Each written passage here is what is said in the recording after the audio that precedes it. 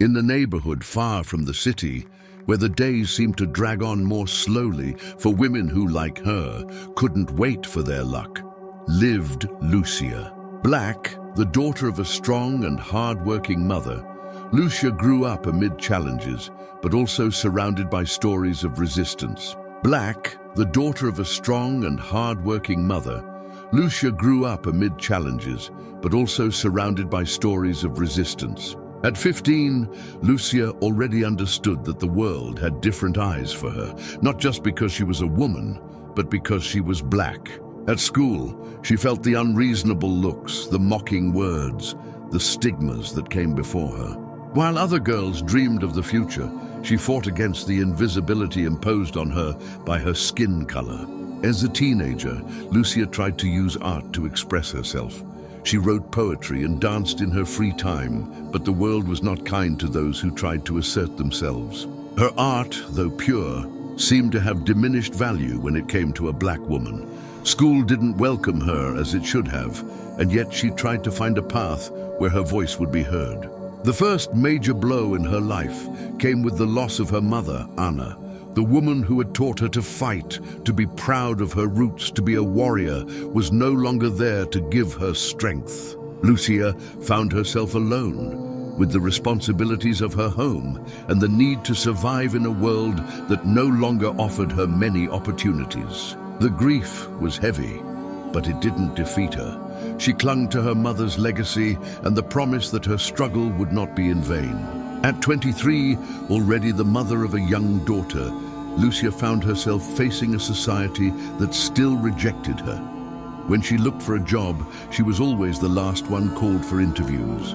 When she finally landed a job, she was constantly passed over by men and women who doubted her potential simply because her skin didn't meet the standards of success. Her mother's words echoed in her mind.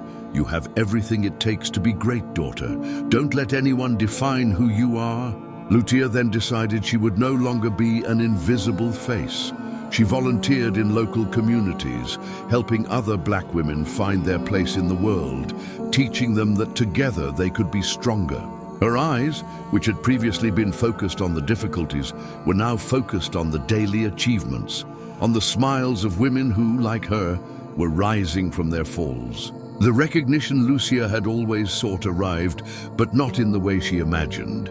She didn't have to be the ideal woman the world wanted. She was herself, with her struggles and scars. She became an example for other women in her community, and little by little, her name began to be mentioned in wider circles.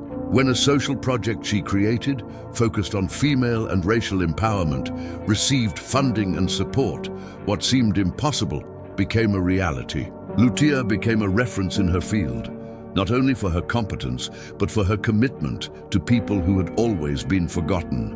She was no longer an invisible woman, but a warrior, recognized for her strength, her story, and her tireless struggle. At an event where Lucia was invited to give a talk about her project, she looked at the audience full of women and men from different backgrounds and remembered her mother.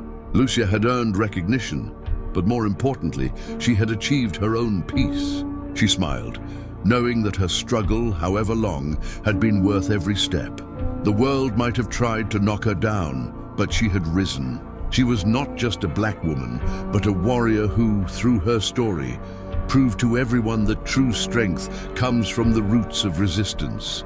And at the end of the talk, she knew, no matter how many challenges lay ahead, she was already a winner.